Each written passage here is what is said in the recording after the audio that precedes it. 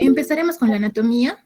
Vemos que la oreja es una lámina de cartílago elástico que tiene continuidad con el conducto auditivo externo y está cubierta por la piel, cuya dermis va a estar adherida al pericondrio en el interior del conducto y en la cara anteroexterna. Sus dimensiones tienen distintas variaciones, pero van a estar dentro de lo que se considera un patrón fenotípico normal. Como podemos ver en esta imagen, el 1 correspondería al pabellón auricular, el 1A, que es la raíz del hélix, el 1B, que es la cola del hélix, el 2 corresponde al surco del hélix, el 3, el antihélix, con su rama superior, que es 3A, y su rama inferior, que es 3B. El 4 corresponde a la fosa triangular. El 5, toda esta porción, corresponde a la concha, con su porción superior, que es la 5A, y su porción inferior, 5B. El 6 corresponde al trago y el 7 al antitrago. El 8 corresponde a la cisura intertrágica y el 9 al lóbulo. La inervación sensitiva está dada por el nervio auricular mayor, el occipital menor, que son ramas del plexo cervical superficial, y el auricular temporal, rama del nervio mandibular. La irrigación está dada por la arteria auricular posterior, por ramas de la arteria occipital y ramas del témporo superficial. Las malformaciones congénitas del pabellón auricular surgen en etapas tempranas del periodo embrionario y están definidas al término de la 10ª semana de la vida intrauterina durante la formación del oído externo y el oído medio. La clasificación clínica más aceptada es la de Tanzer, como podemos ver en la primera imagen. Una anotia, que es la ausencia del pabellón auricular. En la segunda imagen, que es una hipoplasia completa o microtia de grado 3. En la tercera imagen, una hipoplasia del tercio medio, microtia o de grado 2, tipo concha pequeña. En la cuarta imagen, que es una hipoplasia del tercio superior o microtia grado 1, con atresia o estenosis del conducto auditivo externo. Y en la última imagen, una macrotia o orejas prominentes. Dentro de lo que es la microtia de grado 1, encontramos a las orejas constreñidas, como podemos ver en la quinta imagen, a la criptotia en la sexta imagen y la séptima imagen, una hipoplasia del tercio superior. Esta clasificación vamos a desarrollar más ampliamente más adelante. Dentro de las malformaciones asociadas, aproximadamente el 30% de los pacientes con microtia tienen hipoplasia mandibular en el lado afectado. A esto se le llama microsomía hemifacial y afecta estructuras derivadas del primer y segundo arco branquial. Se encuentran afectadas de manera variable lo que es la hemimandíbula, el maxilar, el malar, el temporal, la comisura labial, los músculos faciales, el séptimo par y la glándula parótida. Este compromiso regional corresponde a lo que es la hendidura número 7 de Tessier. Vamos a empezar con lo que es la microtia. Generalmente de los 6 a los 8 años, el paciente presenta preocupación por su condición y esta etapa coincide con las burlas en el colegio. Es por eso que se recomienda iniciar la reconstrucción a partir de los 8 años, ya que el pabellón auricular alcanza de un 85 a un 95% de su dimensión adulta y la reja costal tiene un desarrollo adecuado para la toma de injertos. Otra recomendación es a partir de los 10 años, cuando el perímetro torácico va a ser igual o mayor a 60 centímetros, medido a nivel del apéndice sifoides. No existen límites de edad a partir de los 8 años, salvo condiciones adversas de salud que contraindiquen el procedimiento. El plan quirúrgico debe establecer la posición y orientación de la oreja que se va a reconstruir.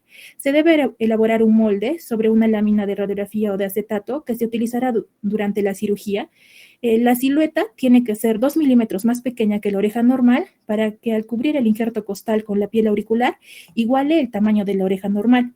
Dentro de lo que es la técnica quirúrgica, vemos que la reconstrucción consiste en obtener cantidad suficiente de cartílago costal para tallar y ensamblar un pabellón auricular.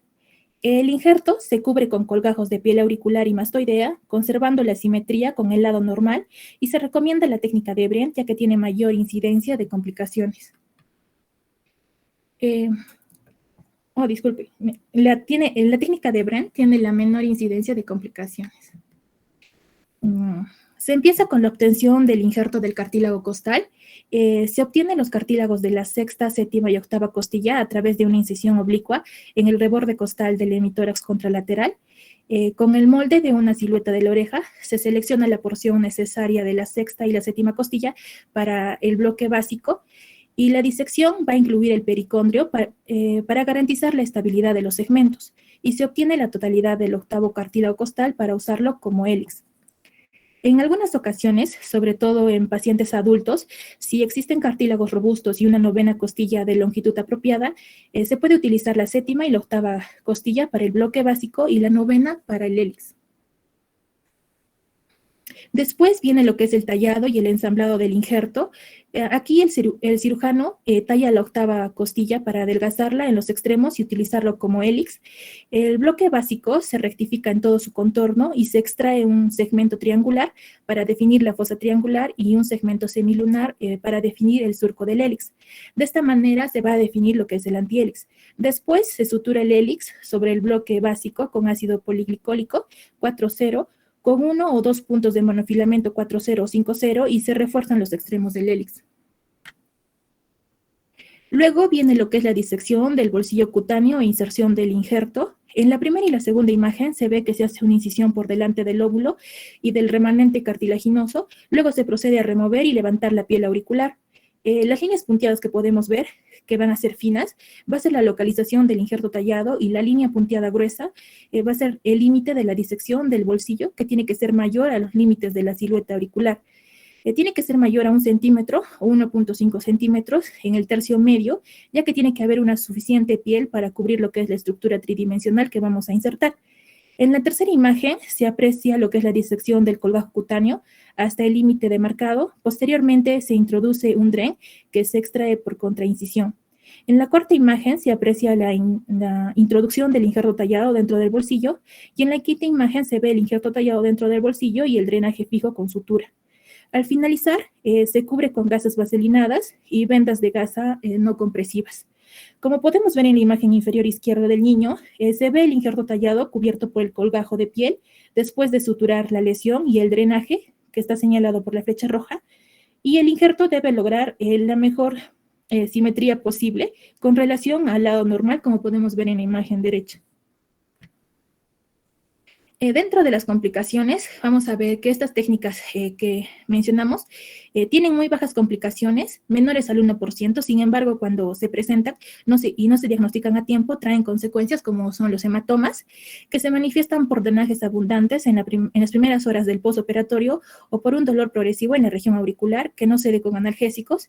Se requiere una anestesia para el drenaje, para la hemostasia y para el lavado. Puede cursar sin diagnóstico hasta la primera curación. Otra complicación puede ser la necrosis de piel, que va a ser raro y se presenta esta necrosis, va a ser raro la presentación de esta necrosis de piel auricular, pero si se presenta va a estar localizado donde la tensión sobre la piel por parte del injerto ha sido excesiva y ha provocado isquemia. Es más frecuente que ocurra en el tercio superior a lo largo del hélix. Si la exposición es extensa, es decir, mayor a 1 centímetro cuadrado, es necesario recurrir a un colgajo de fascia temporal superficial, como podemos ver en estas imágenes, que cubren el cartílago expuesto y después se va a retirar la piel necrótica. Después se pone un injerto de piel para cubrir el defecto y la última imagen que es 4 años después del procedimiento. La siguiente complicación es la infección. Se manifiesta por signos clínicos inflamatorios en la piel después del 6º día o por una secreción purulenta que requiere antibióticos por vía intravenosa. Si hay secreción purulenta, se hace un drenaje y toma de muestras para identificar el germen. Otras cirugías complementarias, vamos a tener la transposición del lóbulo. Como vemos en la primera imagen, las líneas punteadas gruesas van a ser el diseño de la incisión sobre la parte anterior del lóbulo. En la segunda imagen se ve el diseño de la incisión sobre la parte posterior del lóbulo y sobre la piel del polo inferior del injerto cartilaginoso. En la tercera imagen se ve la liberación del lóbulo, obteniendo un espacio central donde se alojará el polo inferior del injerto. Y en la cuarta imagen se ve el colgajo del lóbulo suturado y la remodelación de la piel redundante que se encuentra sobre la raíz del hélix. La siguiente cirugía es la reconstrucción de trago. Aquí se van a tomar 2 injertos de la oreja contralateral normal y un injerto condrocutáneo de la concha, como se ve en la imagen A, y un injerto cutáneo de espesor total de la región retroauricular, como se ve en la imagen B. Luego se va a revisar los contornos cartilaginosos del injerto compuesto. Se va a hacer una incisión en el sitio correspondiente al trago y se levanta la piel en dirección anterior. Se fija el injerto compuesto dentro del bolsillo cutáneo y el injerto de piel se sutura al injerto compuesto para formar una unidad, como se ve en la imagen AB. El injerto compuesto, cubierto por el colgajo cutáneo, forma lo que es el trago y el injerto de piel cubre el pseudomeato. Finalmente se fijan con suturas de monofilamento y se anudan sobre una torunda de gasa vaselinada. Y por último, está la reconstrucción del surco retroauricular. Aquí se va a realizar mediante una incisión marginal a lo largo del pabellón y el levantamiento del pabellón, preservando el tejido conjuntivo que cubre el cartílago, como se ve en la primera y en la segunda imagen. En la segunda imagen se ve el diseño del colgajo con fascia, con base anterior y preparación de la cuña semilunar. El cartílago es depositado debajo de la piel del tórax durante la primera cirugía y esto posteriormente se va a usar para la proyección discreta del pabellón. En la tercera imagen se ve el colgajo de fascia suturada sobre la cuña del cartílago. Después se cubre la zona cruenta con un injerto de piel de espesor total tomado de la región inguinal, como se ve en la cuarta y la sexta imagen. Se fija el injerto de piel con suturas de monofilamento sobre una torunda de gasa vaselinada, como se ve en la quinta imagen.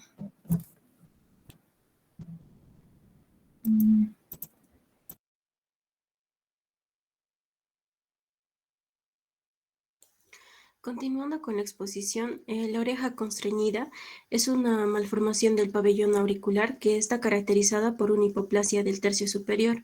Según Tanzer y Cosman, tiene 4 características. El primero es el doblamiento en el polo superior que compromete al hélix, como se ve en la imagen de la derecha, la rama superior y a la fosa triangular. La segunda característica es la protrusión, que está caracterizada por una proyección anterior del polo superior.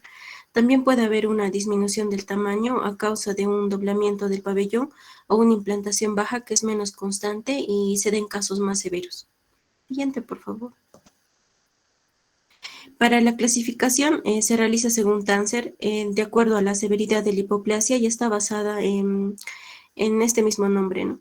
El grupo 1 va a comprometer específicamente al hélix, donde hay un doblamiento que reduce la altura del pabellón auricular. Puede o no mostrar una simetría, como se ve en la imagen superior izquierda, donde el hélix se dobla por el surco del hélix, y algunas veces la malformación puede ser imperceptible. En el grupo 2A hay una disminución de la altura vertical del pabellón auricular debido a la falta de definición del surco del hélix y su doblamiento. En la imagen inferior izquierda se ve la rama superior y la inferior del antihélix. En el grupo 2B hay una disminución de la altura vertical del pabellón auricular debido al doblamiento del hélix y como se ve en la imagen hay una ausencia de la rama superior del antihélix.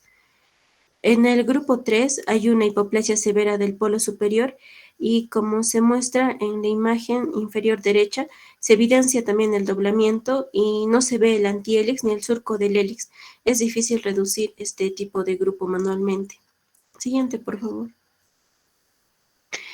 En el tratamiento tenemos el quirúrgico y el no quirúrgico.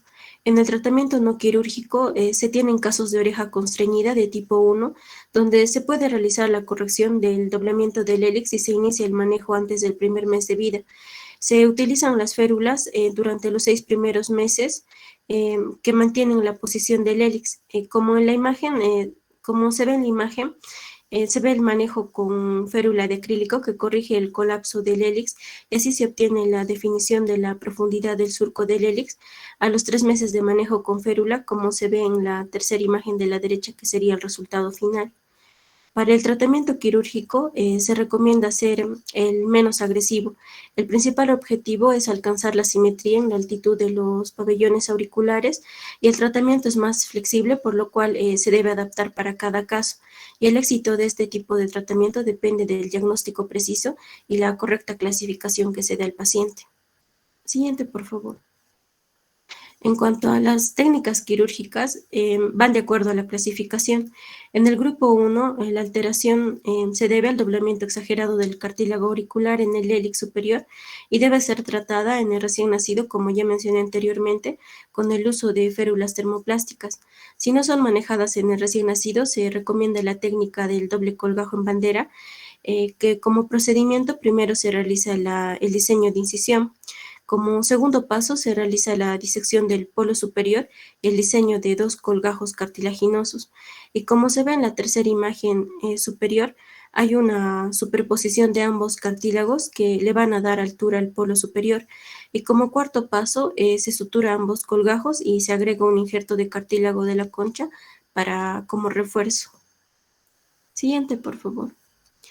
El tratamiento que corresponde al grupo 2A se hace mediante un abordaje anterior subpericóndrico y se expone la mitad superior del pabellón auricular.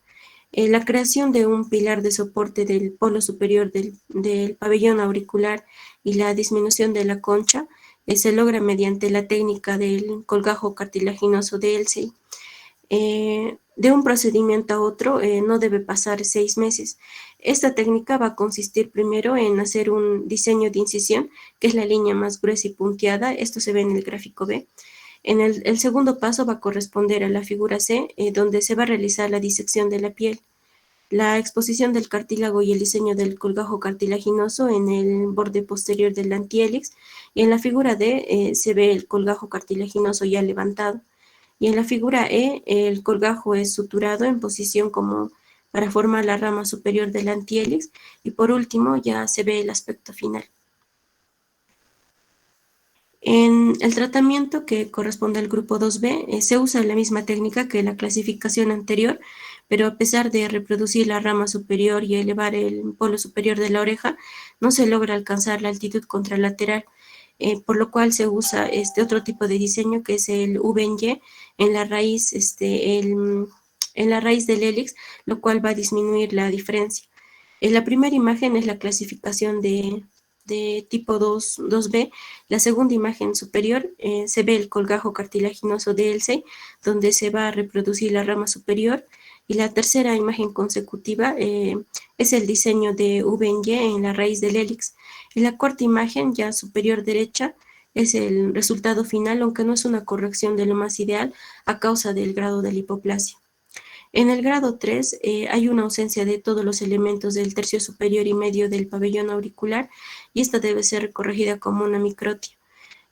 Para realizar la reconstrucción del pabellón auricular se hace mediante el tallado del cartílago costal y también se puede reconstruir el surco retroauricular. Como se ven en las imágenes inferiores, que la primera corresponde a esta clasificación de grado 3, la segunda imagen es el retiro ya del cartílago del polo superior y la tercera imagen es 6 meses después, previo a una transposición del óvulo y al injerto del cartílago costal tallado, ¿no? Y la última imagen ya es el final. En las deformidades adquiridas tenemos primero el trauma, ya que la posición y la proyección del pabellón auricular lo hacen susceptible a sufrir estas traumas. La evaluación de la oreja lesionada se realiza después de una atención básica y después de la estabilización del paciente y se debe incluir un examen minucioso del conducto auditivo externo, del tímpano, de la audición y la función del nervio facial. Las contusiones y hematomas se dan por el aplastamiento de la oreja entre el cráneo y un elemento contundente que produce un edema difuso y hematomas. Se acumulan los hematomas se van a acumular entre el pericondrio y el cartílago, que se presenta como una tumefacción, puede ser o no de color violácea y un dolor severo. Las complicaciones de los hematomas que no son tratados con infección son las que no van a ser tratadas, van a tener todo tipo de complicaciones como una infección, una necrosis cartilaginosa y la secuela de oreja en coliflor, que lo hablaremos más adelante. El tratamiento debe lograr la readaptación del pericondrio al cartílago para que no haya nuevas colecciones. También se recomienda que se realice incisiones en zonas que están camufladas y un lavado exhaustivo, y se puede complementar con las suturas transfixiantes anudados sobre gasas con ungüento. Para las abrasiones y heridas simples se usan principios básicos como el lavado exhaustivo y el retiro de un tejido desvitalizado. Para las suturas de las heridas se tiene que tener cuidado en el relineamiento y las cicatrices notorias. Las pérdidas de piel menor de 1 centímetro de diámetro se reparan por cicatrización secundaria cuando se conserva el pericondrio. Si son pérdidas cutáneas más extensas, se evalúa el daño cartilaginoso y la irrigación, y si es posible, se opta por otro tipo de manejo, que son las curaciones, hasta obtener la repitelización espontánea o un área de granulación preinjertal. Las curaciones deben realizarse con ungüentos antisépticos y se cubre con vendajes fijos no compresivos para asegurar que haya una oclusión y prevenir la desecación. En el caso de las abulsiones y las amputaciones se van a dar de orejas se van a dar por mordeduras o traumas por tracción, que son arrancados o aplastados. Si hay una abulsión donde quedan segmentos cutáneos en continuidad, puede existir aún circulación, por lo cual se tiene que observar bien para determinar la extensión de las necrosis. Como se ve en la primera imagen, este es un tipo de abulsión severa, donde se ve que el pedículo cutáneo del lóbulo inferior mantiene la perfusión, y la otra imagen es después de las 72 horas de la sutura. En este tipo de amputación segmentaria no se recomienda el reimplante porque casi nunca tienen éxito y hay mucho riesgo de que contraiga una infección. Siguiente, por favor.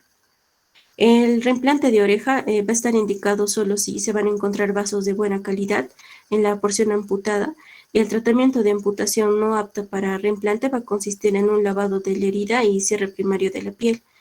En el caso de las quemaduras, se presume que el 40% van a corresponder a las orejas, y de todas estas, el hélix va a ser la estructura más expuesta y por lo tanto la más afectada.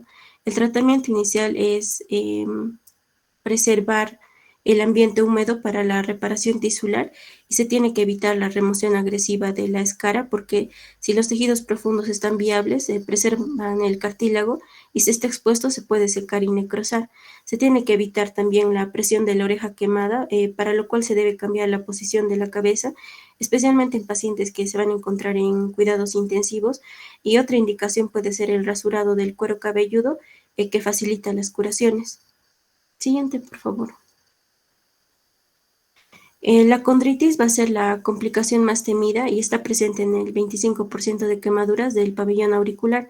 Sus síntomas van a ser inespecíficos, con un aumento de dolor, puede haber edema, secreción purulenta y zonas de necrosis. Los patógenos más comunes son la Pseudomonas aeruginosa y el Staphylococcus aureus, y el tratamiento debe ser agresivo con antibióticos sistémicos y una desbridación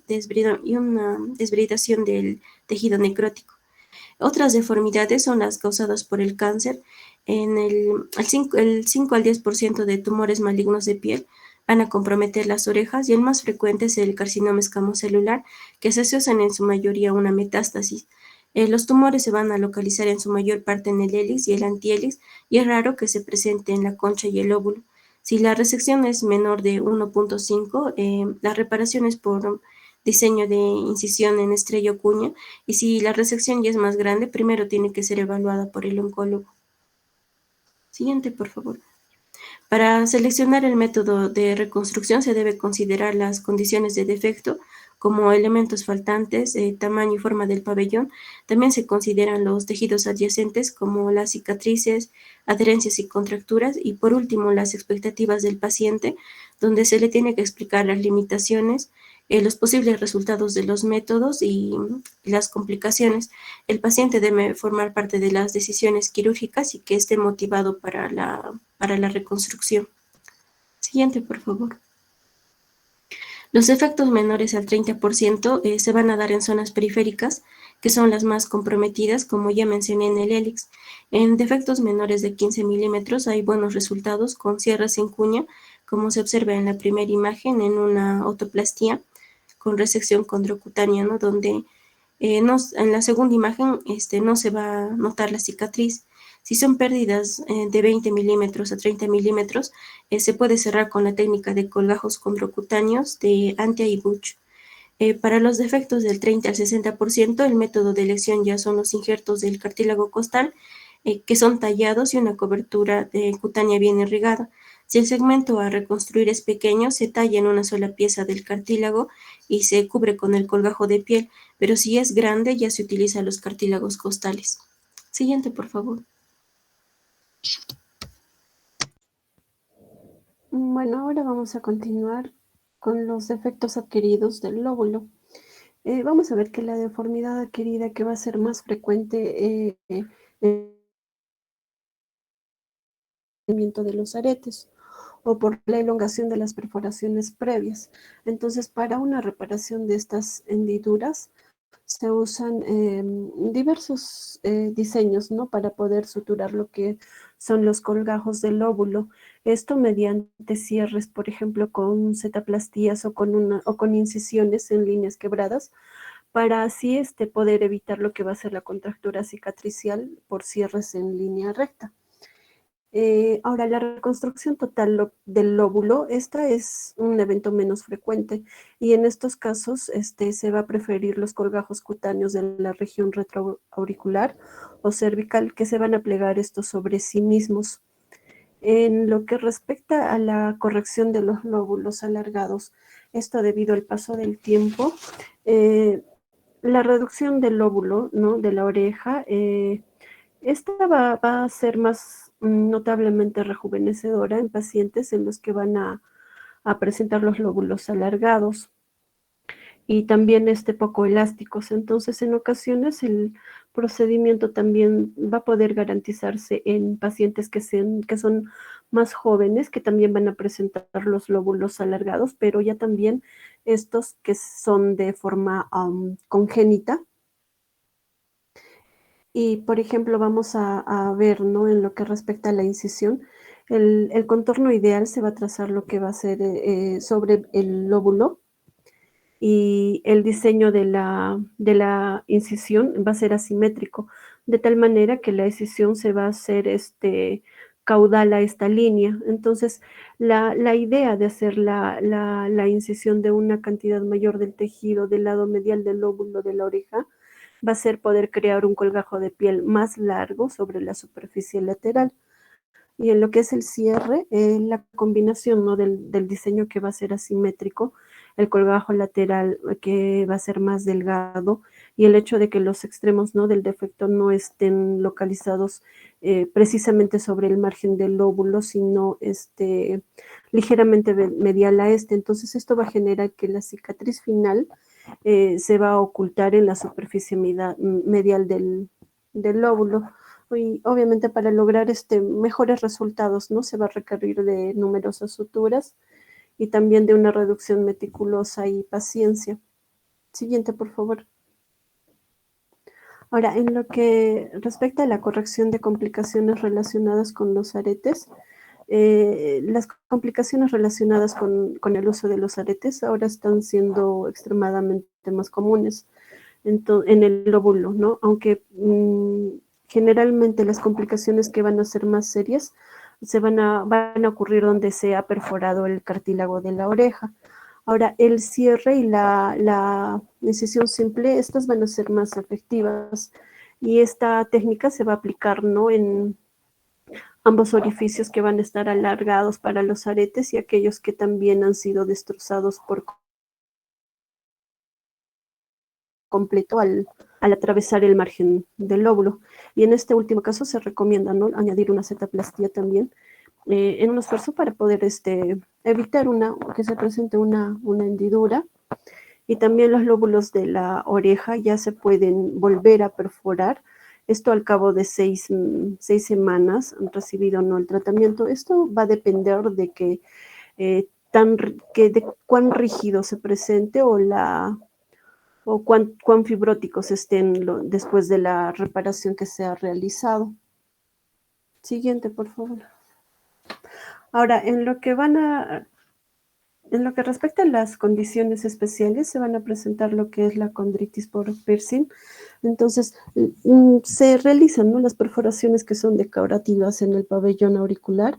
Estas están siendo también más frecuentes, así como que su incidencia se ha incrementado, ¿no? De las condritis secundarias. Entonces, esta complicación es más frecuente en las perforaciones del tercio superior, donde se puede apreciar lo que es una irrigación menor y también el cartílago va a quedar en contacto con la pieza que lo está perforando. Y aquí lo que va a ser el tratamiento inicial durante la fase aguda va a consistir en lo que son los lavados y el drenaje, así como también la antibiótico terapia con fluoroquinolonas orales. Y las deformidades no secundarias van a poder alterar por completo lo que es la forma del tercio superior, así como también podría determinar lo que es la necesidad ya de una reconstrucción con injertos de cartílago costal. Y en lo que es la oreja en coliflor, la reconstrucción de esta deformidad de la oreja en coliflor permite, ¿no? Generalmente utilizar la misma cobertura cutánea, lo que esto pues va a representar una importante ventaja. Se van a hacer las incisiones marginales en el hélix para poder disecar el cartílago que está deforme, y esto de acuerdo, ¿no?, a la severidad del caso que se presente. Aquí también es importante que se debe de asegurar la adhesión de la piel al cartílago, ya sea con drenes de succión o suturas transfixiantes anudadas, estas que sin tener tensión sobre gasas vaselinadas o esponjas. Siguiente, por favor. Ahora vamos a tener la reconstrucción protésica.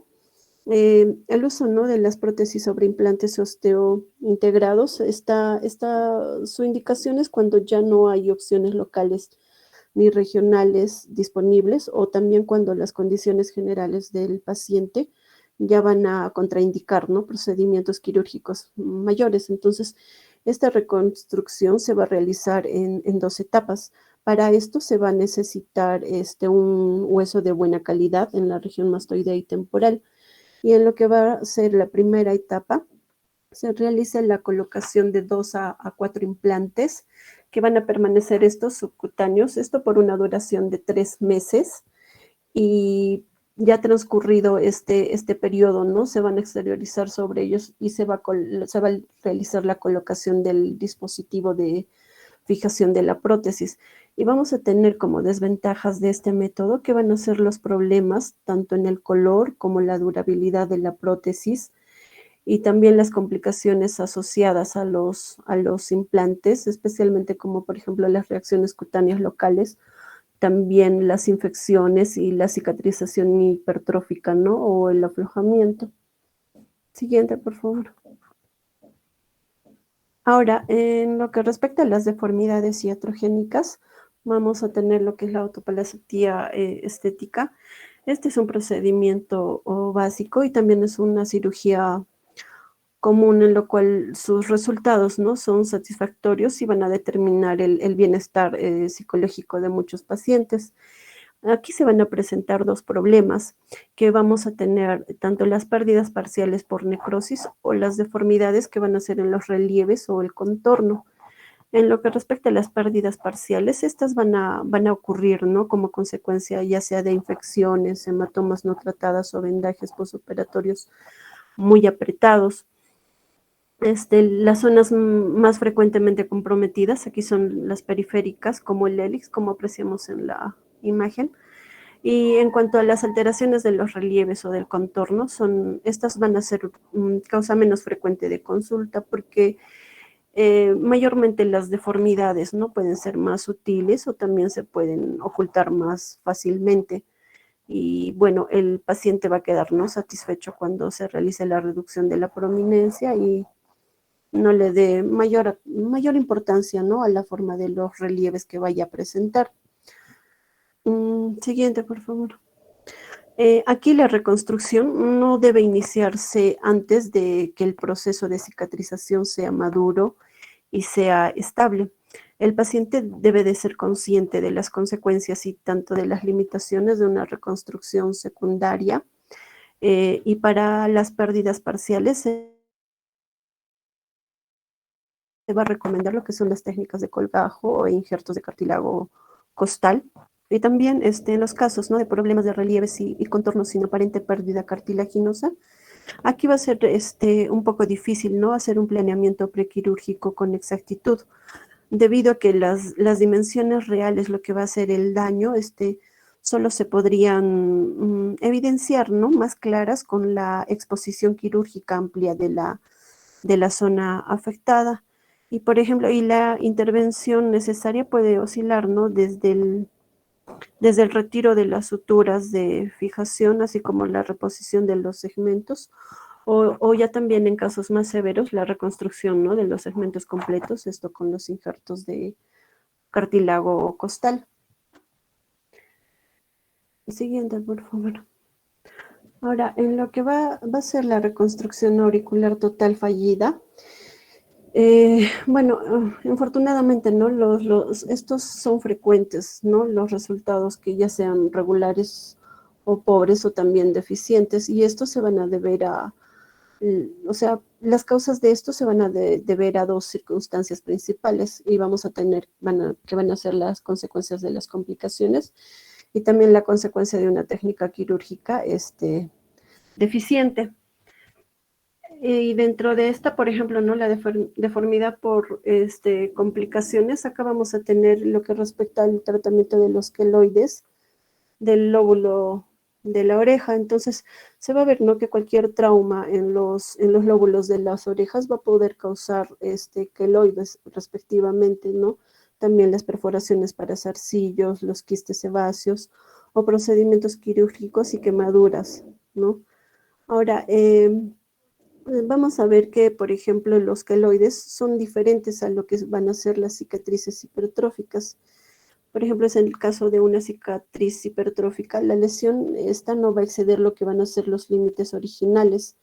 Y por otro lado, las cicatrices de queloides ya también pueden proliferar bien fuera de los límites de la cicatriz original o de la lesión, al punto de que estas podrían causar un desfiguramiento. Ahora, las cicatrices hipertróficas, ¿no? Estas usualmente se van a desarrollar lo que va a ser aproximadamente alrededor de lo que va a ser 30 días después de la lesión, mientras que los queloides ya también van a aparecer alrededor de los 90 días, pero esto puede ser retardado también por años. Y también aparte de ser lesiones que son poco atractivas, ¿no? Estos son socialmente, causan una incomodidad. Ahora, las cicatrices hipertróficas y los queloides, estos también se puede apreciar que se desarrollan exclusivamente en humanos. Estos van a tener una prevalencia por igual en hombres y mujeres y con una incidencia más alta que se van a dar en la segunda década. Siguiente, por favor. Tratamiento. Muchas veces, ¿no? Algunos pacientes nunca se han tratado cuando presentan esto. Y lo que va a ser la primera línea de la terapia va a ser la triamcinolona, esto de 40 miligramos por mililitro, esto en intralesión, como se aprecia en la figura, puesto que esto no puede ser un procedimiento doloroso. Entonces, el queloide es inyectado primero con anestesia local, y luego toda la lesión va a ser inyectada hasta con 1 milímetro del esteroide por el lado. Ahora, para pacientes ya que son resistentes, se va a dar una dosis, ¿no?, de 0,1 mililitro de triamcinolona. Esto, 40 miligramos por mililitro, va a ser mezclado con 5 de fluoracilo y en 50 miligramos por mililitro, esto a dosis mensual. Ahora, después de 3 a 4 meses de las inyecciones, si no se va a dar lo que es una resolución significativa del tamaño del queloide, acá se podría considerar lo que va a ser una opción quirúrgica. En lo que respecta a lo que va a ser la piel circundante, ¿no? Va a ser protegida por escudos de plomo. También que van a ser cubiertos, ¿no?, con cera dental. También se podría tener que en el protocolo de decisión radiación ha sido, o se puede decir que ha sido exitoso. Esto está más allá para algunos pacientes sin tener una cobertura. Algunos queloides van a presentar una apariencia, ¿no?, como de cáscaras de la piel, y la mayoría van a ser invasivos localmente. Y al final del cierre se va a insertar la aguja debajo de la sutura y la herida quirúrgica que va a ser irrigada, ¿no?, con 1 mililitro de triamcinolona, 40 miligramos por mililitro. Siguiente, por favor.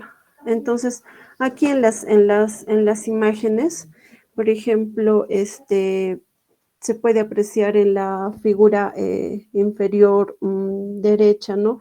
Que el paciente está posquirúrgico inmediato de un queloide en una sala de radiación con el aparato en la posición, y en la imagen continua se ve lo que va a ser una escena, ¿no? Mirando abajo a través del aparato de tratamiento hacia el campo de la radiación, que también va a mostrar, ¿no? Lo que es el escudo protector de plomo en el lugar para proteger las regiones que no estén irradiadas.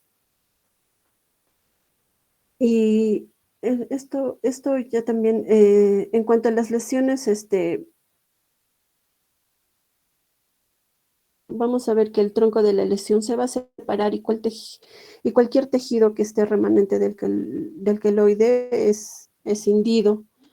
Entonces, como vemos en la imagen derecha, y por ejemplo, para las lesiones ya que también que van a presentar una base ancha, el tratamiento quirúrgico va a ser realizado similarmente, pero con anestesia local. Y la lesión va a ser, por decirlo así, desguantada, con la finalidad, ¿no? Va a ser remover tanto el tejido normal como sea posible, y dejando asimismo el tejido normal como resulte factible. Siguiente, por favor. Ahora, en lo que va a ser la deformidad por técnica por una técnica quirúrgica deficiente, aquí se puede alterar tres aspectos. Se puede evidenciar una alteración tanto en base a la forma, al tamaño y a la posición. En lo que va a respectar la forma, esto generalmente va a ocurrir por un tallado inadecuado, el cual también pues no va a presentar los errores en la proporción y en la orientación de lo que van a ser los relieves y los surcos de la oreja, como apreciamos en la imagen. Siguiente, por favor. Perdón, ¿podrías volver a la anterior? Como vemos, ¿no? En la imagen, se está presentando lo que es una deformidad, esto debido a la técnica quirúrgica deficiente. Entonces, se ven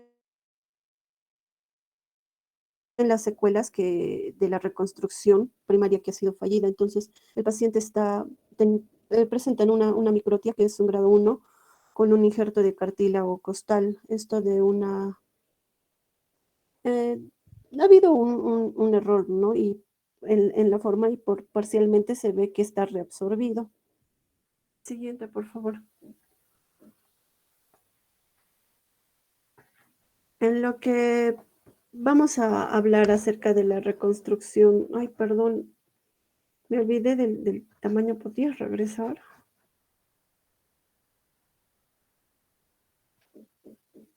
En lo que es el tamaño, aquí también se puede realizar el tallado, esto sin necesidad de un ceñimiento estrictamente en lo que va a ser al contorno del molde del pabellón contralateral.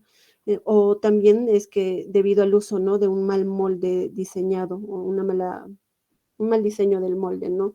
Y esto se ve como un error frecuente, y que esto va a conducir a serias asimetrías.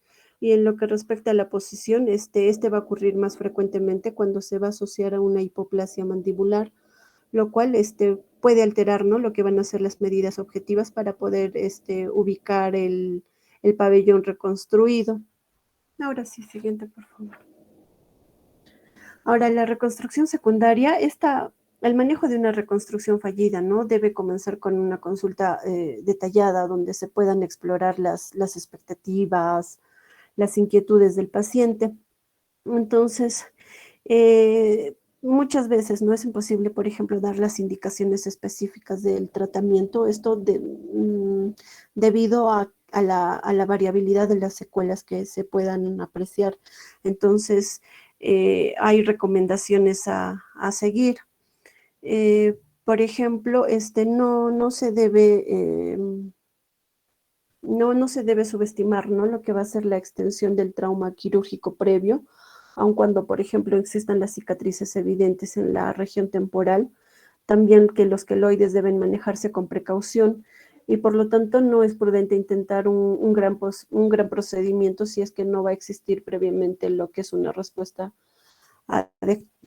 adecuada, y los resultados fallidos por una técnica deficiente, ¿no?, van a denotar lo que es la falta de experiencia, la pericia o de pruebas también en la ejecución del procedimiento. Ahora vamos a hablar de lo que son las orejas prominentes. Eh, las orejas no son generalmente, ¿no?, objeto de una especial atención cuando, por ejemplo, se considera los cánones estéticos faciales, pero se podría afirmar, ¿no?, que, por ejemplo, las orejas se consideran bellas cuando cuando pasan desapercibidas, pero, por ejemplo, cuando se dé la presentación de uno o ambos pabellones auriculares, que presentan una exagerada proyección lateral, estas se asocian, ¿no?, a un tamaño grande. También ya se tornan llamativos y, por ejemplo, va a ser inevitable que adquieran un papel preponderante, ¿no?, al poder enmarcar lo que va a ser la fisonomía del paciente. Entonces, muchas veces acá se considera, ¿no?, lo que el tratamiento va a ser mediante una autoplastía estética, la cual tiene que ser bien indicada y ejecutada, que esta nos conduzca, ¿no?, a la solución definitiva. Y para esto se van a considerar, por ejemplo, lo que van a ser las características anatómicas, que, por ejemplo, los dos elementos, ¿no?, que van a determinar que una oreja se perciba, ya sea como prominente, va a ser la nula o la leve definición del antihélix y la concha redundante. También por una mayor altura que de la apariencia, ¿no?, que va a presentar una mayor profundidad. En muchos casos se da la presentación de ambos casos, como por ejemplo observamos en la imagen. Y este último debe de corregirse, ¿no?, sobre todo cuando va a haber una asimetría. Siguiente, por favor. En lo que respecta al tratamiento, existe, ¿no?, lo que va a ser un método preventivo que se reseñó a propósito para tener un mejor manejo de lo que va a ser las orejas constreñidas, por ejemplo. Y acá va a ser el moldeamiento auricular controlado durante los primeros 6 meses de vida, lo cual va a contribuir eficazmente a poder corregir estas alteraciones tanto por la textura blanda y la gran flexibilidad que los estrógenos maternos producen, ¿no?, en el cartílago auricular. En lo que respecta el tratamiento, sigue, por favor. En lo que va a respectar el tratamiento quirúrgico, acá, por ejemplo, las primeras referencias del tratamiento de las orejas prominentes se da, ¿no?, como a la última mitad del siglo XIX e inicios del siglo XX. Y aquí cabe resaltar, ¿no?, la importancia de lo que va a ser el diagnóstico acertado como fundamento de un plan quirúrgico orientado ya a corregir las alteraciones, esto sin producir secuelas. En lo que va a respectar a la edad, acá no existe una recomendación unánime con relación a la edad para poder realizar una otoplastía, pero, por ejemplo, se han reportado cirugías en lactantes con seguimiento.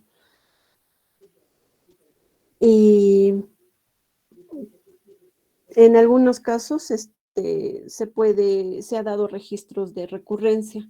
También se considera que a partir de los 5 o 6 años se podría realizar la cirugía si el paciente está motivado, para lo cual, ¿no?, se toma algunas consideraciones acá, como por ejemplo el tamaño del pabellón ha alcanzado dimensiones cercanas ya a las del adulto, si el paciente es consciente, ¿no?, del problema y está mejor dispuesto a poder cooperar, y también que sí es frecuente que sean objeto de burlas y apodos, y que también ya tengan conciencia, ¿no?, de su imagen corporal. Siguiente, por favor. En cuanto a lo que es el examen clínico,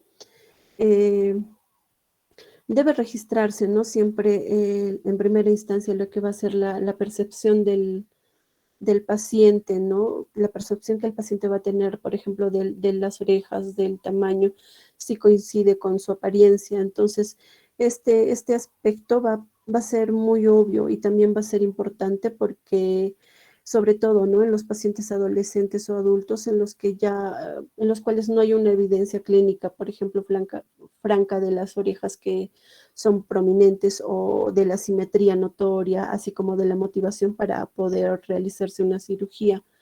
Entonces, el diagnóstico de las orejas prominentes o de la simetría, acá generalmente va a ser obvio, ¿no? Y el aspecto crítico es determinar cuál de los factores van a ser determinantes. Entonces, acá se va a tener lo que es la ausencia o una pobre definición del antihelix. Esta alteración va a ser más frecuente.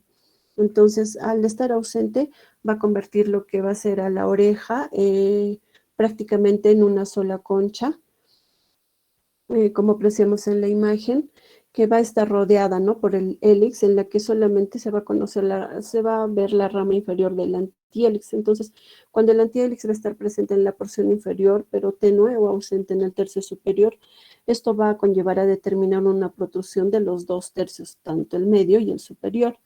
En lo que es la protrusión de la concha, aquí se va a apreciar una concha que ya también va a estar demasiado profunda por la proyección de la altura del borde posterior y que este coincide, ¿no? Con el borde anterior del antihelix. En la prominencia del lóbulo, el exceso, ¿no? Del tejido fibroadiposo y de la piel, por ejemplo, en la cara posterior del lóbulo, suelen determinar la prominencia. Entonces, en pacientes obesos, esta característica puede ser secundaria, ¿no? Al panículo adiposo en la región parotidia y cervical superior. Pero también se puede ver que el lóbulo puede ser simplemente demasiado grande, esto con relación a la oreja, sin que necesariamente sea prominente, como podemos observar en la imagen. En lo que respecta a la simetría, debe establecerse cuál o cuáles, ¿no? Elementos determinan la simetría para poder visualizar en forma objetiva. Y es útil calcar, ¿no? Las siluetas y los contornos de los pabellones sobre los acetatos, ¿no? Para poder compararlos. Ahora, en lo que son las técnicas quirúrgicas, las técnicas quirúrgicas, ¿no? Se describen para poder corregir las alteraciones descritas anteriormente. Entonces vamos a tener la creación o definición del antihelix. Acá se va a realizar la modificación de la superficie anterior del cartílago.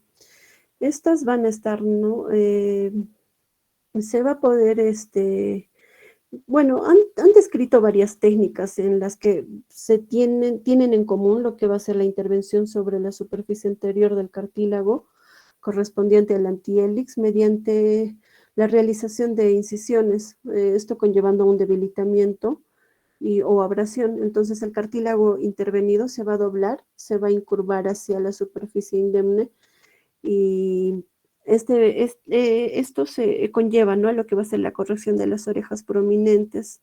Entonces, los pasos que se realizan, ¿no? Es como ya lo mencionaron más o menos en la marcación del borde posterior, la infiltración con anestesia local, la incisión por la cara posterior del pabellón a lo largo de una línea que esta coincida con el borde posterior y también, ¿no? Que el cartílago se va a debilitar mediante delicadas incisiones en rejilla con un patrón rectangular. Acá es importante recalcar que el pericondrio y la piel de la cara posterior permanecen indemnes y si la concha contribuye a la prominencia se va a resecar con una banda semilunar del cartílago, ¿no? Y se tiene que guardar precaución para evitar la resección excesiva. En lo que es la vista posterior, en esta técnica lo que se va a exponer es la superficie posterior del cartílago y esta va a lograr una proyección o definición del antihelix mediante suturas estratégicamente colocadas. Siguiente, por favor. En lo que va a ser la corrección de la protrusión de la concha, Este componente no va a acompañar con frecuencia a lo que es la ausencia o la definición tenue del antihelix. Entonces, se debe marcar el segmento de la concha que va a ser resecado. Acá se recomienda, ¿no?, ser conservador con esta resección, y cuando se retira una porción muy ancha del cartílago, podría producir lo que es una deformidad residual. Esto se le podría decir que es un teléfono. Y cuando la protrusión de la concha es el componente único que está generando la prominencia de las orejas, la atención siempre se debe centrar, ¿no?, en lo que va a ser la resección del segmento redundante del cartílago en un patrón semilunar. Y la... Acá faltaba. En lo que vamos a tener a las a la corrección, a la asimetría y a la macrotia, vamos a ver, ¿no?, que ay, perdón.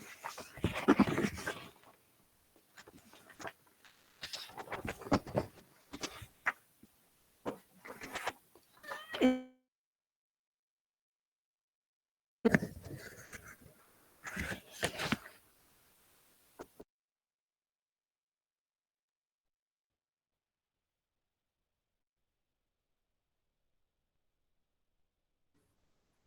Vamos, ordénate, ordénate.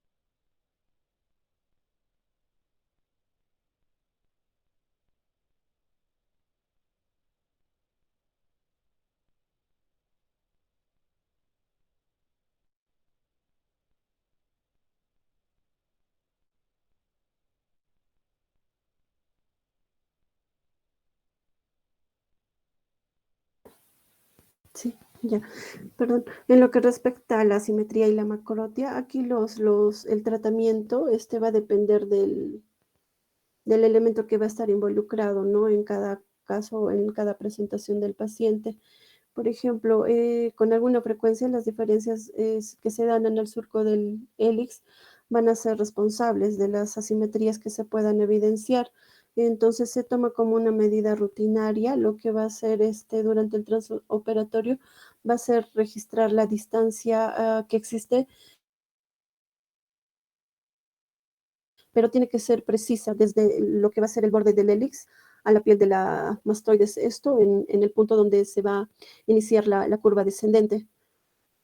Y esto va a servir de parámetro para poder determinar el grado de proyección de la segunda oreja y así poder evitar las asimetrías, ¿no?, en la proyección.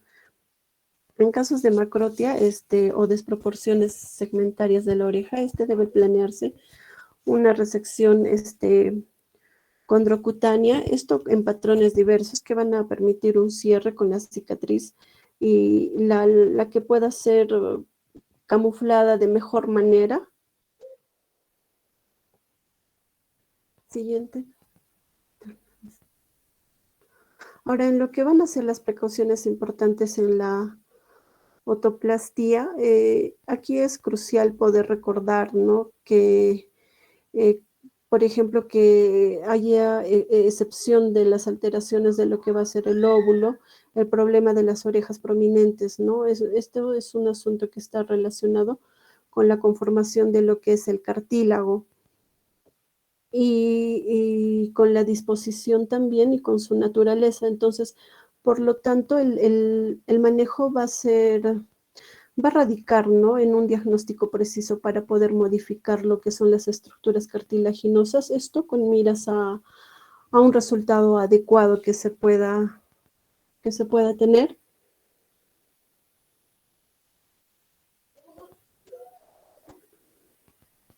En lo que va a respectar internet está mal. En lo que concierne lo que es la otoplastía, ¿no? Para las orejas de Stahl, como vemos en la imagen, ¿no es cierto? La oreja de Stahl está,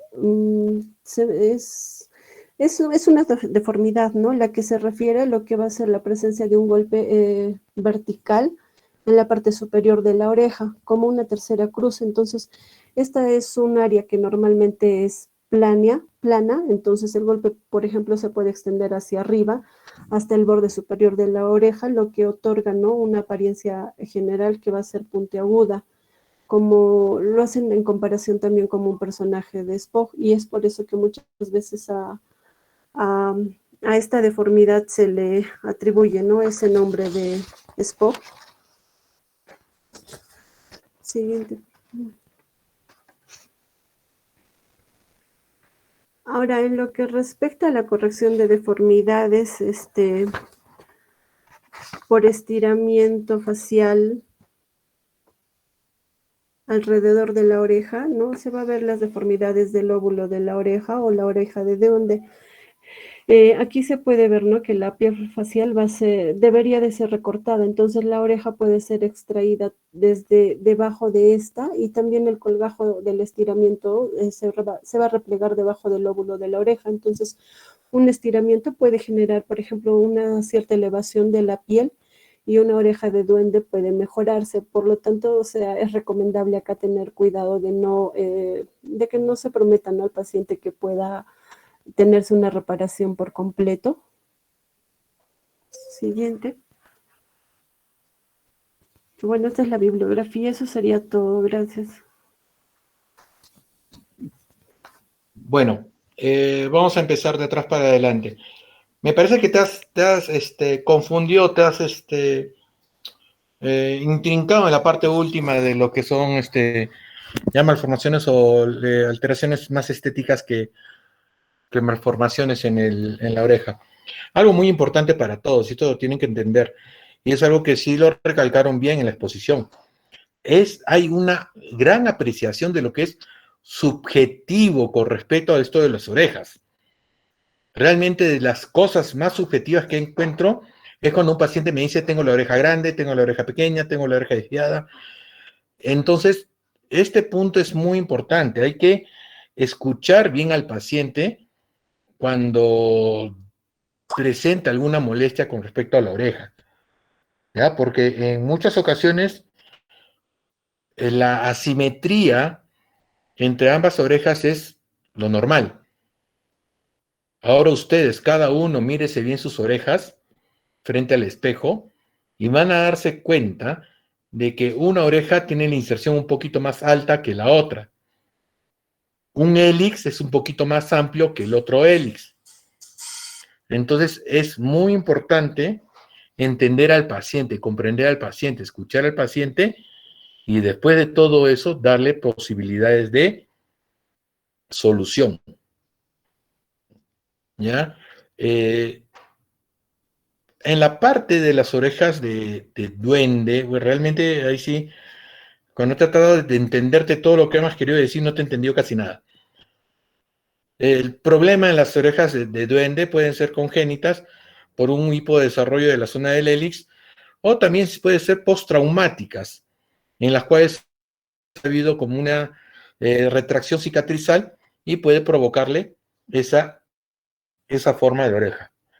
Algo para entender muy bien, cuando me hablaste de queloides, o cuando me hablaron de queloides, los queloides se pueden formar en dos partes.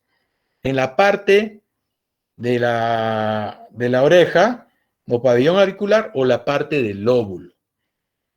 Lastimosamente solo trataste la parte del lóbulo, ¿ya? Y bueno, todo lo que has mencionado una y otra está bien, ¿verdad? Que el tratamiento puede, idealmente, el primer tratamiento en queloides o cicatrices queloides en la oreja debería ser con infiltraciones. En caso contrario, si es muy grande, ya tiene que ser quirúrgico, pero inmediatamente después de la cirugía, dejar un poco de triamcinolona o de corticoide para tratar de evitar que se vuelva a formar un nuevo queloide. Pero Cuando el queloide se forma en la parte del pabellón auricular o la zona del hélix, es diferente el tratamiento. Ahí ya no se indica triamcinolona o infiltración. Ahí inmediatamente lo que se indica es un tratamiento quirúrgico. Y algo que hay que entender, y eso por favor llévenlo bien en mente, bien en su mente, que la cicatriz queloide en la oreja no invade el cartílago, no toca el cartílago. Por lo tanto, cuando nosotros resecamos el queloide de la oreja en su pabellón auricular, que no sea del lóbulo, entonces tenemos que tallar el cartílago. En otras palabras, no compromete el cartílago, por lo tanto la cirugía es un poquito más delicada dentro del punto de vista de que tenemos que tallar el cartílago del queloide. Y cuando logramos hacer esto, vamos a sacar el queloide entero sin compromiso del cartílago. Por lo tanto, no me debería quedar mayor deformidad de la oreja. Y eso es muy importante. En muchas ocasiones he visto, lastimosamente, que han operado pacientes con queloide en el pabellón auricular, donde le han resecado un triángulo o una cuña de oreja. Y eso me parece muy mal indicada esa cirugía. En la cicatriz queloide de oreja tiene que tallarse el cartílago y reponer la piel sobre la oreja, y las secuelas y consecuencias y cicatrices son mínimas y no hay mayores deformidades. Ahora, una pregunta para el primer expositor que me habló de anatomía, y esta sí es una pregunta con maldad.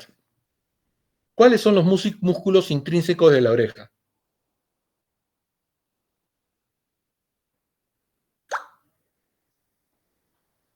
Porque cuando me hablaste de anatomía ya me hablaste de la inervación, de la irrigación, pero la pregunta, ¿hay músculos en la oreja?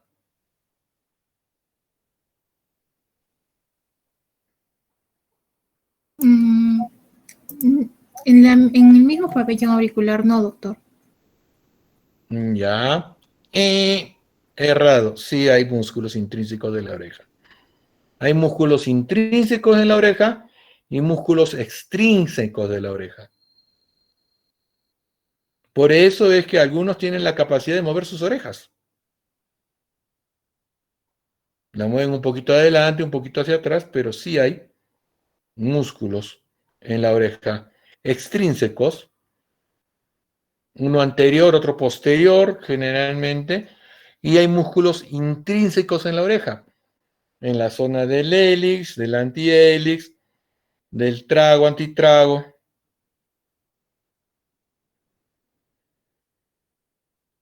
Entonces, va a ser pregunta de examen. ¿Cuáles son los músculos extrínsecos de la oreja? O músculos intrínsecos de la oreja. ¿Ya? Ahora, realmente en la evolución de lo que es el tratamiento de la microtia, el tratamiento que se ha preferido hacer, se ha tratado de hacer con reconstrucción costal. ¿Ya? Bueno, ya su compañero les ha explicado muy bien todo lo que es todo este proceso, porque es una cirugía extremadamente larga y es una cirugía en 3 pasos, 4 pasos, dependiendo bastante del concepto o de la técnica quirúrgica que utilicen. Al final de cuentas, lo que se trata de hacer es reproducir una neo-oreja. Ahora, en esta reproducción de esta neo-oreja, ¿se reconstruye el conducto auditivo externo?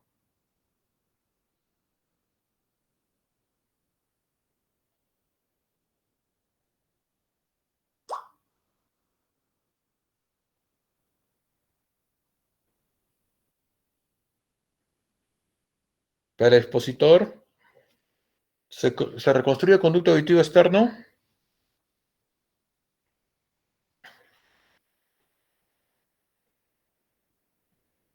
O mejor dicho, ¿esta reconstrucción es funcional o estética? Cuando leí, doctor, en una parte mencionaba que si hay una obstrucción, o sea, se podría decir que todo está tapado, sí se tiene que hacer una reconstrucción funcional para que el paciente pueda oír, digamos. Bueno, discrepo un poco de todo esto. Generalmente la mayoría de todas estas cirugías de la oreja, y especialmente toda esa gran reconstrucción auricular, es principalmente estético. El fin es estético. ¿Ya? Si es que se encuentra, se halla, se detecta funcionalidad del oído interno o que puede escuchar a través del oído, a través o en ese, eh, eh, a través de esa oreja o de ese lado hay componentes de oído medio y oído interno, sí podría se tratar, pero sería una cirugía extremadamente compleja sin mayores fines. Acuérdense que, a ver, pregunto, ¿el sonido más se transmite por el sólido o por el aire? ¿Por dónde se transmite mejor el sonido? Lucía. Disculpe, doctor, ¿podría repetir? Lo escuché entrecortado. ¿El sonido por dónde se transmite mejor? ¿Por el aire o por el sólido? Por el aire, doctor. Falso, por el sólido. Se transmite mucho mejor por el sólido. Por eso es que cuando una persona pierde el tímpano o tiene ruptura de tímpano, solo pierde un porcentaje de 20 a 30% de la audición, porque el resto de la audición viene por vibraciones a través del hueso. Por lo tanto, si existe audición a través o existe componentes del oído medio, oído interno, y hay ausencia de conducto auditivo externo, entonces se da potestad a que permanezca sin reconstrucción de conducto auditivo externo y más bien ya la cirugía del pabellón auricular es netamente estético, más base al estético, ¿correcto? Ahora por último, y esta es la pregunta realmente que sí la pusieron, la han puesto en el marco, ¿a qué edad operamos las orejas? Es una gran controversia. Yo generalmente tengo ya el concepto para mí ya claro, ya nadie no lo varío generalmente, pero es muy claro para mí que la edad mínima para operar las orejas son 9 años. Y las causales, bueno, ustedes mismas en la misma exposición han presentado, ¿no? Que a los 9 años es cuando ya se tiene la oreja suficientemente desarrollada y no va a desarrollar más, o sea, no va a crecer más.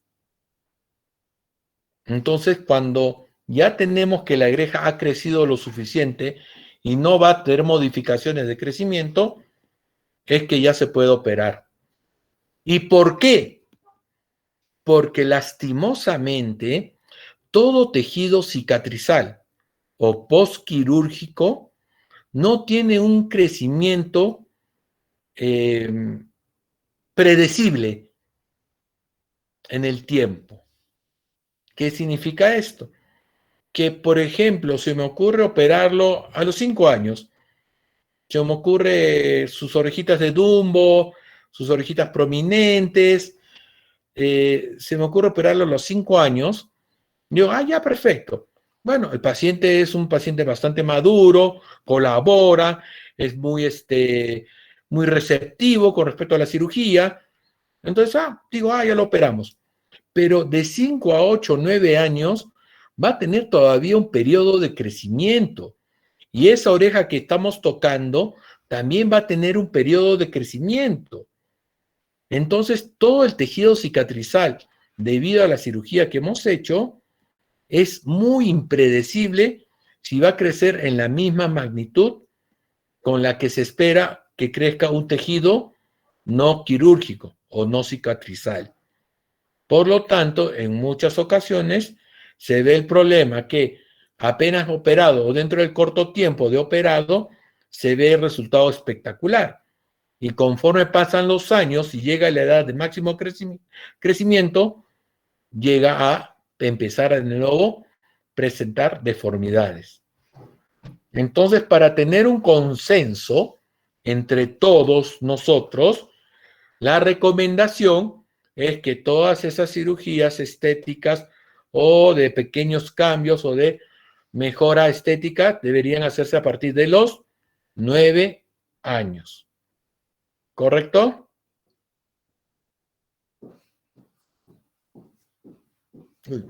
¿Se quedan dormidos? Sí, doctor. Sí, porque sí se han quedado dormidos, o sí porque el consenso va a ser 9 años. A partir de los 9 años, doctor. Ya, perfecto, gracias. Ya, excelente. Ya, ¿qué más?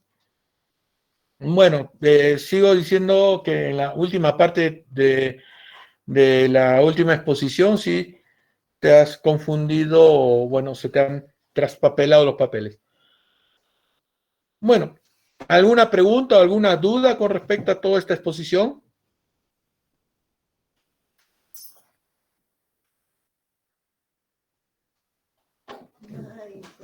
Correcto, entonces, acuérdense de lo que hemos hablado, porque generalmente de lo que hablo es de lo que pregunto. Si todo está bien, todo tranquilo, pueden descansar en paz. Gracias, doctor. Cuídense, suerte y felicitaciones. Gracias, doctor. Gracias, doctor. No se olviden de marcar presente antes de irse.